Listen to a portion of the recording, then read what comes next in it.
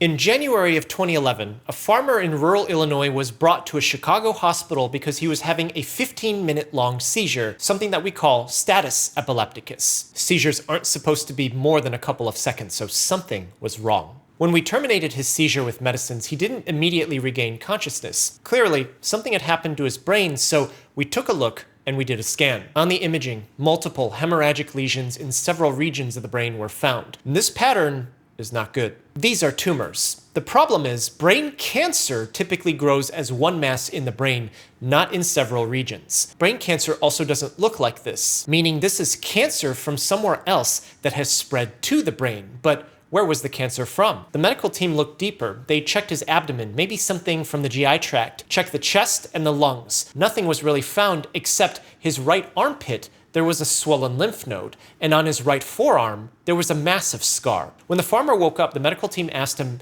"Hey man, can you tell us a little bit more about this scar on your arm?" And his eyes just lit up. He pulled out his iPhone 3, pulled out a picture and showed everybody. On the screen was a large, asymmetric, pigmented lesion with irregular borders approximately 5 centimeters in length that was very clearly a melanoma. And then he proudly said, "I cut it out myself."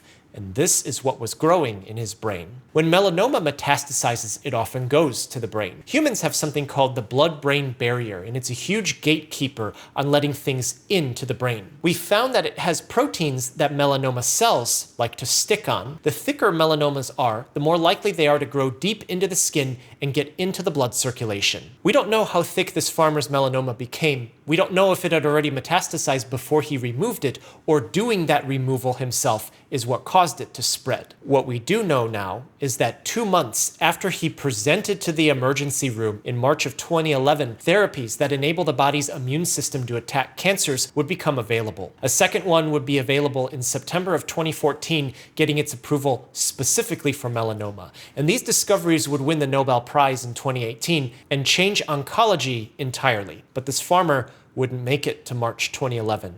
At autopsy, analysis of his swollen right armpit lymph node confirmed presence of melanoma. These same cells were found in the masses in his brain, confirming metastatic melanoma. So this should go without saying, don't be your own surgeon. And with the new discovery since 2014, melanoma is very treatable, but prevention and early treatment are still the most important.